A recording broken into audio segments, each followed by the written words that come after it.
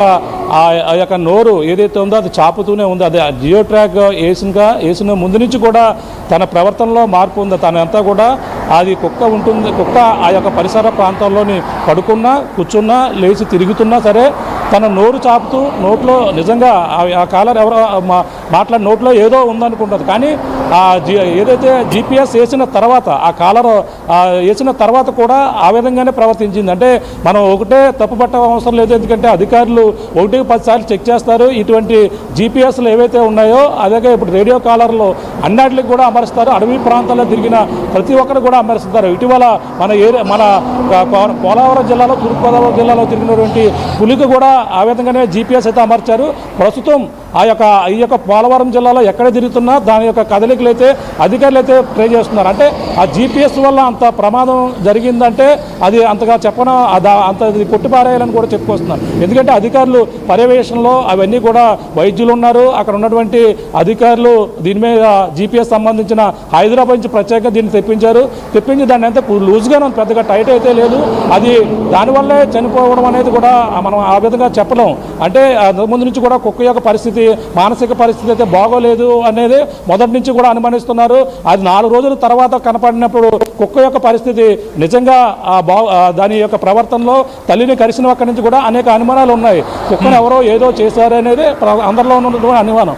ఆ కుక్కని మరి ఏం చేశారనేది కూడా ఆ కుక్కకు తెలుసు. అలాగే ఈ అసలు నిజం పెరిమళ్ళకే తెలుసు అని ఏదో సామెతలు. కానీ అసలు ఏం జరిగింది, పాప అదృశ్యమైంది అనేది ఒక బిగ్గి క్వశ్చన్గా ఉండిపోతే మరి కుక్కకి ఎవరు ఏం చేశారు, కుక్క నిజంగా పోరాడి తిరిగి ఆ కుక్కని కాపాడే ప్రయత్నంలో దాని ఈ విధంగా గాయాలు పాలేవి తనంతా కూడా మానసికంగా కుంగిపోయి తిరిగి 4 రోజుల తర్వాత ఇంటికి వచ్చిందా అనేది కూడా తెలియని పరిస్థితి మరి ఉందా ఆ విధంగా చూడాలి.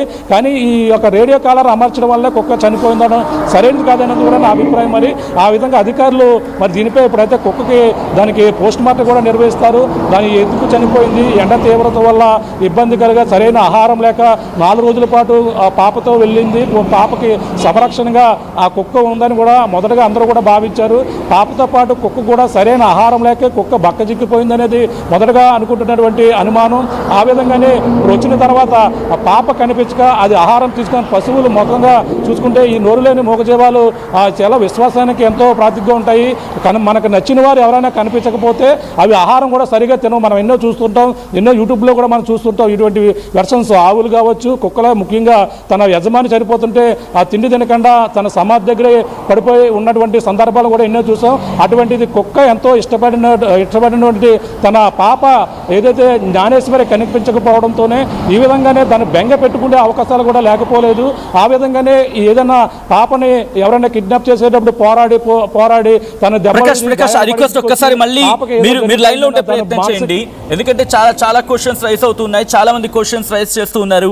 ఇన్ కేస్ కుక్కని కిడ్నాపర్ చంపి ఉంటే it is his biggest mistake in this case అని చెప్పి కొంతమంది చెప్తున్నారు.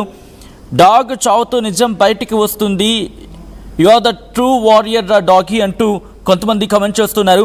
కుక్క పోస్ట్ మార్టంతో నిజం బయటికి వస్తుంది అని చెప్పి ఇంకొంతమంది ఆశాభావం వ్యక్తం చేస్తున్నారు. డాగ్ మీద గాయాల వల్ల రేబిస్ వచ్చిందేమో, ఏదైనా అనిమల్ అటాక్ చేసిందేమో కొంతమంది అనుమానం వ్యక్తం చేస్తున్నారు. కుక్క మీద ఎవరు అటాక్ చేశారో తెలుస్తుంది, it is human or animal అని చెప్పి ఇంకొంతమంది అలా చాలామంది వాళ్ళ ఒపీనియన్స్ని షేర్ చేస్తున్నారు. డెఫినెట్లీ వీళ్ళే కుక్కని చంపారు. యాక్టివ్గా ఉన్న కుక్క ఎలా చనిపోయింది, ఇంట్లో వాళ్ళే చంపారా నాయన అని చెప్పి కొంతమంది అనుమానం వ్యక్తం చేస్తున్నారు. Let's open the lines open చేసే ప్రయత్నం చేద్దాం. జనాలు వాళ్ళ అనుమానాన్ని నేరుగా చెప్పే ప్రయత్నం చేస్తారు. ఎందుకంటే కామెంట్స్ రూపంలోనే ఇన్ని వస్తున్నాయంటే వీ కెన్ అండర్స్టాండ్. మీరు కూడా మీ ఫోన్స్ని తీసి మీ అనుమానం వ్యక్తం చేయండి, మీ డౌట్స్ని మీరు వ్యక్తం చేయండి. మీకున్న అనుమానం ఏంటి, మీకున్న డౌట్ ఏంటి, ఇవన్నీ కూడా మీరు చెప్పే ప్రయత్నం చేయండి. ఇన్వెస్టిగేషన్లో మీరు గుర్తుందా, మీరు పూనుకున్నారు GPS ట్రాకర్ అమర్చండి, కుక్కకి ఆ GPS ట్రాకర్ అమర్చితే కనుక తెలుస్తుంది ఎక్కడెక్కడికి వెళ్తుందని చెప్పి మీ అందరూ ముక్తకంఠంతో ఆ రోజు కోరారు. కాబట్టి అది అధికారుల దృష్టి వరకు వెళ్ళింది. అధికారులు కూడా ఈ కోణంలో ఆలోచించారు. వెంటనే దానికి GPS ట్రాకర్ పెట్టారు. నిన్న ఆ ట్రాకర్తో పాటు ట్రాకర్తో 8 కిలోమీటర్లు తిరిగిందనేది మనకి అక్కడ పెద్ద ఎత్తున చర్చ జరిగిన సందర్భం. ఈ నేపథ్యంలో ఇంకా మీకు ఏమైనా అనుమానాలు ఉన్నాయా? ఈ కుక్క మరణానికి కారణం ఏమై ఉంటుంది? మీరు ఎటువంటి అనుమానాలు వ్యక్తం చేస్తున్నారు? మీరు కూడా మాట్లాడాలనుకుంటే కనుక వెంటనే మీరు కాల్ చేయొచ్చు. కింద స్క్రోల్ అవుతున్నాయి నెంబర్స్, కింద డిస్ప్లే అవుతున్నాయి. 04069316611, 04069316622 ఈ నెంబర్లకు కాల్ చేయొచ్చు. తల్లి చిన్నారి జ్ఞానేశ్వరి ఎక్కడున్నా క్షేమంగా ఉండాలని చెప్పి 2 రాష్ట్రాల ప్రజలు కాదు, యావత్ భారతం కోరుకుంటోంది ఈరోజు. కానీ గుండె పగిలిపోతున్న వార్త ఏంటంటే, ఆ కుక్కను ఆఖరి వరకు కాపాడిన ఆ చిన్నారిని ఆఖరి వరకు కాపాడిన ఆ కుక్క ఇక లేదు. నిన్నటి వరకు యాక్టివ్గా ఉండింది. ఆఖరికి ఆ పాప మిస్ అయిపోతోందన్న ఆఖరి క్షణం తెలిసిన వ్యక్తిని కూడా, అంటే పాపను కాపాడేందుకు వెళ్ళిన వ్యక్తిని కూడా ఆ కుక్క దగ్గరికి రానివ్వలేదు, ఆ పాప దగ్గరికి కూడా రానివ్వలేదు. ఒకవేళ ఆ రోజు ఒక్క క్షణం కనుక ఆ కుక్క ఆగి ఉన్నా, ఆలోచించి ఉన్నా, లేకపోతే ఆ పాపను తల్లి దగ్గరికి చేర్చే భాగంగా కొంచెం ఓపిక పట్టుంటే కనుక ఈరోజు ఇంతటి ఇబ్బంది లేకపోయి ఉండేది. ప్రస్తుతం ఆ కుటుంబం కన్నీరు మున్నీరుగా విలపిస్తుంది. ఎందుకంటే వాళ్లకున్న ఒకే ఒక ఆధారం. నిన్న ఇదే అంశానికి సంబంధించి ఆ కుక్కతో వాళ్లకున్న బంధం ఏంటి, తల్లిదండ్రులు మాట్లాడారు. ఆ తల్లిదండ్రులు మాట్లాడిన మాటలు కన్నీరు పెట్టిస్తున్నాయి. ఒక్కసారి వాళ్ళు ఏమన్నారో చూద్దాం. ఆ తల్లిదండ్రులు కుక్కతో వాళ్ళకున్న అనుబంధాన్ని గురించి చెప్పుకున్నారు. అండ్ ఆ కుక్క మారిపోయిన క్షణం, అంటే పాప మిస్ కానంత వరకు ఎలా ఉంది, పాప మిస్ అయిన తర్వాత కుక్కలు వచ్చిన మార్పు ఏంటి, దీన్ని వాళ్ళు క్లియర్గా చెప్పారు. నిన్న భవానీ పాప తల్లి జ్ఞానేశ్వరి తల్లి భవానీ ఆర్టీవీతో ఎక్స్క్లూజివ్గా చెప్పినప్పుడు ఆ కుక్కలో జరిగిన మార్పులను చెప్పుకొచ్చింది.